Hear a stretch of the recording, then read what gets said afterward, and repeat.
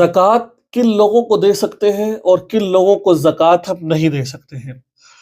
7 وہ لوگ ہیں جن کو ہم زکوٰۃ نہیں دے سکتے، اور 7 وہ لوگ ہیں جن کو ہم زکوٰۃ دے سکتے ہیں۔ ہم بات کرتے ہیں پہلے کہ جن کو زکوٰۃ نہیں دے سکتے۔ بیوی شوہر کو زکوٰۃ نہیں دے سکتی، اور باپ بیٹے کو زکوٰۃ نہیں دے سکتا۔ اسی طریقے سے باپ بیٹے کو، پھر پوتے کو، پوت آگے وہ زکوٰۃ نہیں دے سکتا۔ اس طرح ماں بیٹی کو، اور آگے اس طرح زکوٰۃ نہیں دی جا سکتی۔ بیٹی کو، پھر پوتی کو، اس طرح زکوٰۃ نہیں دی جا سکتی۔ اس طریقے سے بیٹا باپ کو، دادے کو، اس طرح زکوٰۃ نہیں دے سکتے اس طرح لوگوں کو۔ نمبر 2، بیوی شوہر کو، شوہر بیوی کو نہیں دے سکتی۔ غلام اور بادی کو زکوٰۃ نہیں دے سکتے ہم۔ کافر کو زکوٰۃ نہیں دے سکتے ہم۔ صاحب نصاب سے مراد یہ ہے جس کے پاس 52.5 تولہ چاندی ہے، اس کو ہم زکوٰۃ نہیں دے سکتے۔ 52.5 تولہ چاندی کی قیمت آج کے دور کے اندر، جب میں ویڈیو بنا رہا ہوں، جنوری کا مہینہ، تقریباً یہ اس کا 27-28 تاریخ چل رہی ہے، اب تک جو سونے چاندی کے ریٹ ہے وہ تقریباً 52.5 تولہ چاندی کا ریٹ کم و کوتاہی کے ساتھ 5,20,000 روپے بنتا ہے۔ تو جس کے وجہ سے پیسے، اس کو ہم زکوٰۃ نہیں دے سکتے ہیں اس کو ہم، ٹھیک ہے۔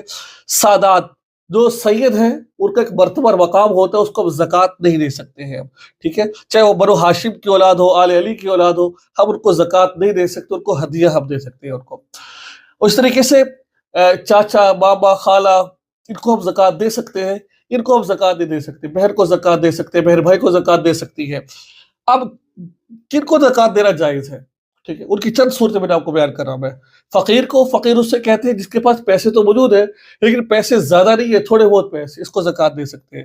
مسکین اس کو کہتے ہیں جس کے پاس کچھ بھی نہیں ہے، کھانے کو کچھ نہیں ہے، پہننے کچھ، اس کو ہم زکوٰۃ دے سکتے ہیں۔